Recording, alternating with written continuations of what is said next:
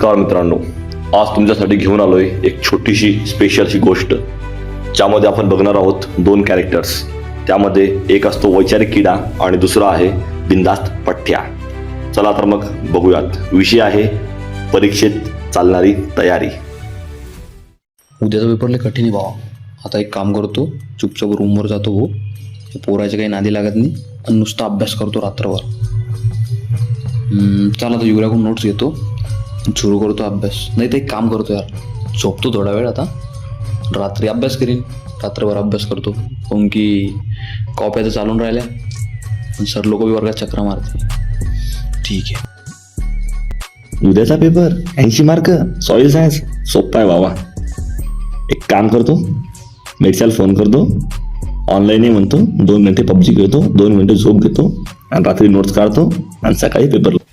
Soil science is the branch of agronomy. Soil science is branch of horti. अबे यार काय हो राहिलं. Soil science is branch of भाई लय कटणी भावा.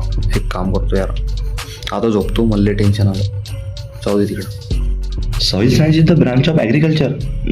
सोपं आहे बाबा. आता वाचतो, उद्या मनान ठरतो, पाहून घेऊ, काम 25 करून टाकू. आज पेपर आहे. अरे यार भावा, अभ्यास तर काहीच झाला नाही. आता कसं करू. जाऊ दे, एक काम करतो, एक प्रश्न पाठ झाला, agronomy is branch of agriculture पाठ झाला. दुसरा प्रश्न हातावर लिहितो, एक प्रश्न पायावर लिहितो आणि एक बेंचवर लिहून घेईन.